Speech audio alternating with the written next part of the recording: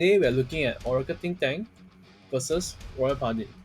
And the Oracle Think Tank is using a budget CEO build, while the Royal Paladin is actually using a Gunslot build. So it's actually interesting builds from both sides, and we shall see how this game will pan out. And Oracle Think Tank will go first, riding the Fumino here, using his skill, searching for top 5 for one victory, actually hitting the new CEO here, but I don't think he'll be using his skill because he's going first. But it's actually quite a scary turn too. Now the Royal Paladin turn. Right, it's the Great Tree Searcher, which I have mentioned in my previous video. Most of the decks are getting more consistent due to the Great Tree Searchers, so it's a must-have if you're playing that clan. Actually misses search here, but no worries.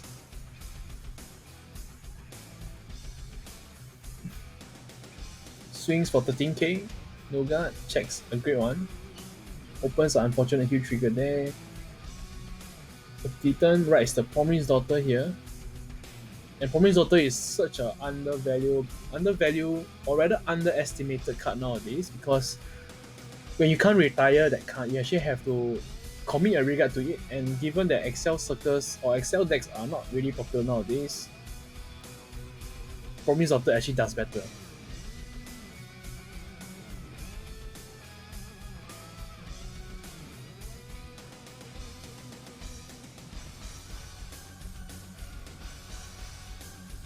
Right, some Gordon here. Cause a Mara and a Gordon.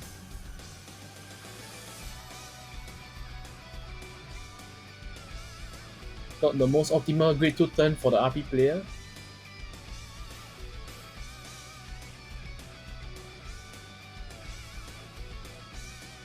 Right, it's the new CEO, gaining Protect 1.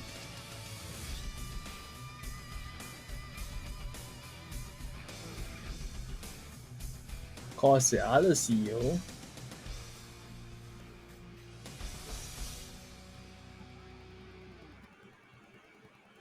Cause the second Fumino. Will he hit the CEO here again? Nope, just the old CEO.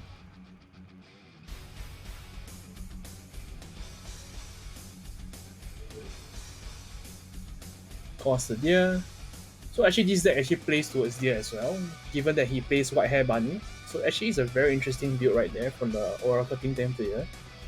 Actually hits a new Great Tree Shubha here and then get a crit to the middle. So the pressure is on.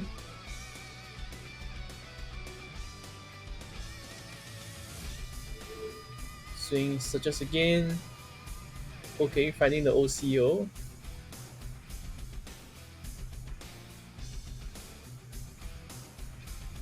Try to check Stubble Blank, very common.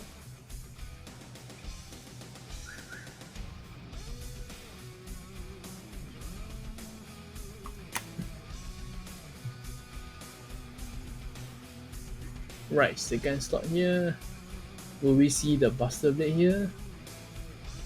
What's the Maron? Oh, I don't think we're going to see a Buster Blade here. It's very unfortunate for the Gunslot deck.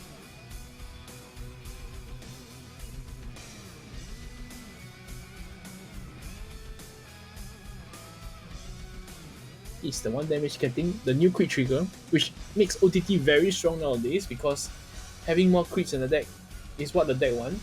Given that you can play Tetra Makers, the Deer to recycle more crits into the deck, making sure that every turn there will be a pressure.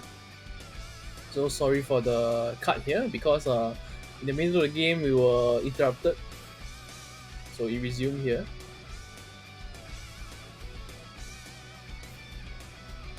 Right, the CEO Amaterasu. Using the skill, drawing one and checking top deck, putting it in the bottom if you don't like it, and you get a 5k power. So actually it's like a beat stick triple that no one actually plays it anymore. Hitting the third Amaterasu if I'm not wrong. Now Vanguard plus additional 5k and a 10k plus 1 crit, so total of 20k power. Okay, wow. Is the damage, because I believe RP have the Kanzen from last turn, sorry. Yep, Kanzen's it. Twin Drive, draw. And a heal. Wow. Okay, this is like a force nightmare. Okay, the deer is hitting for 32k. Using the white hair skill to sow in the great tree. So successfully hitting the requirement for the deer now. Swings.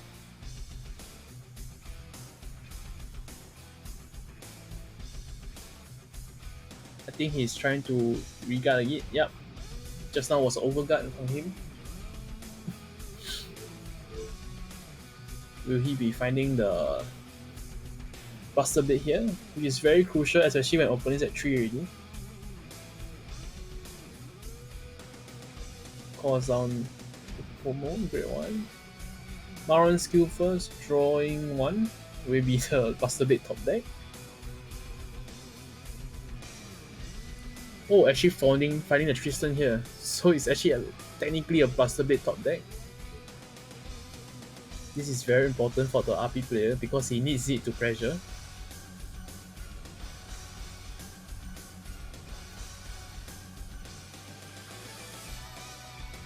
Commits a second Gordon here. Vanguard swings for just a 13k. But it's Motherfucker too, so technically you're still forcing the opponent to guard.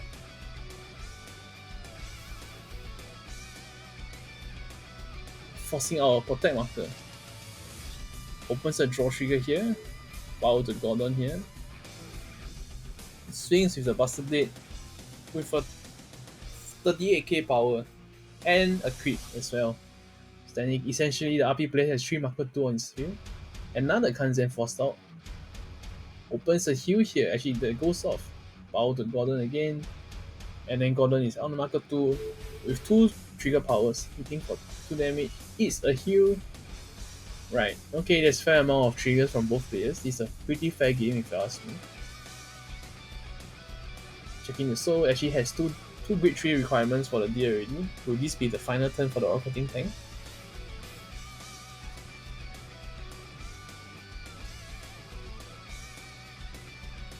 Uses a skill first. He's thinking about it. Uses a CEO skill first, drawing 1, checking top deck, putting it to bottom, gaining a 5k power. Calls the great one and now have a full field, so he proceeds to use the deer effect. Dropping the cost. Oh wow, he doesn't actually need the deer there because there were like essentially about 5 crits there on top of the deck. Now it's all shuffled to the bottom.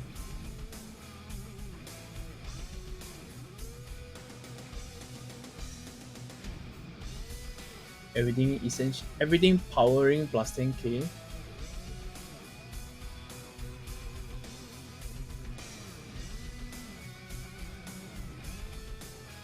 Swings. Hitting, forcing a content out. Okay, the crit, expected crit there. Alright, double crit from the deer.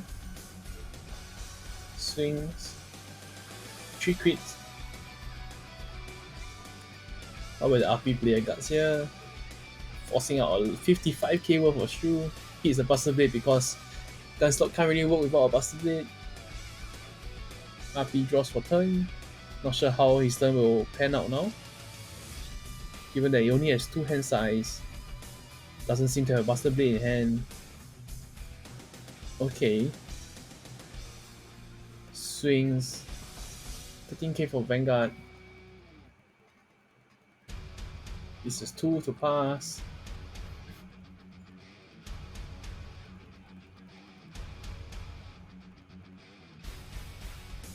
No pass here.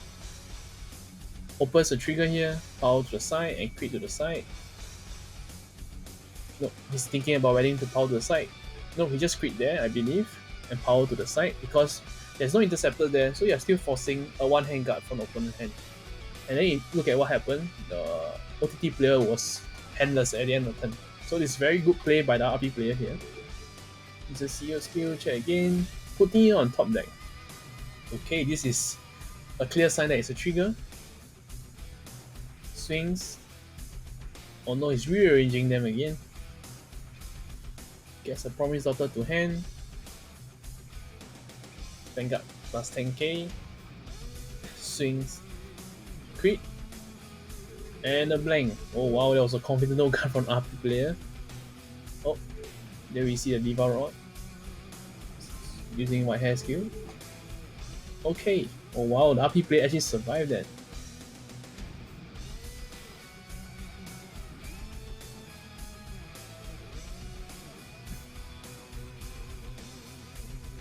Will the RP player actually struggle his way through?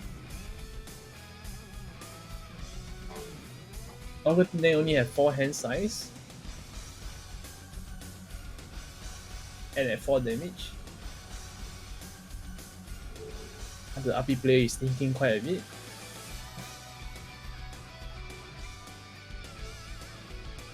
Falls on the Buster Blade. Oh, he actually has it. Okay. Snipes the deer.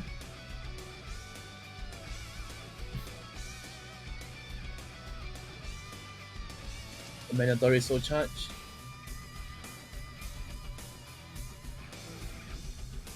With 2 Gordons there and Buster Blade on the field, that's essentially a 3 marker 2 lane. And OTT is at 4. This is quite pressuring. Actually replaces the Gordon. Buster Blade swing first. Hitting for 32k. Okay, this is a very, very strong perfect number.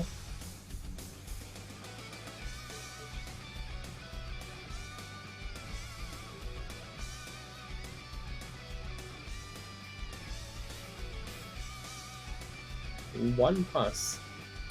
Okay. Gunslot swings. 3 crit Gunslot with 18k power. This 42. This is essentially no pass. Oh, hitting a trigger and power to the side. Oh, another trigger. Okay. This could be it.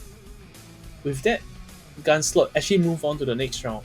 Now we're just left 2 more rounds to conclude the first 8 games before we proceed to the top 8. Thank you for watching till the end and do subscribe for more videos such as this and follow me on my Twitter for deck list retweets.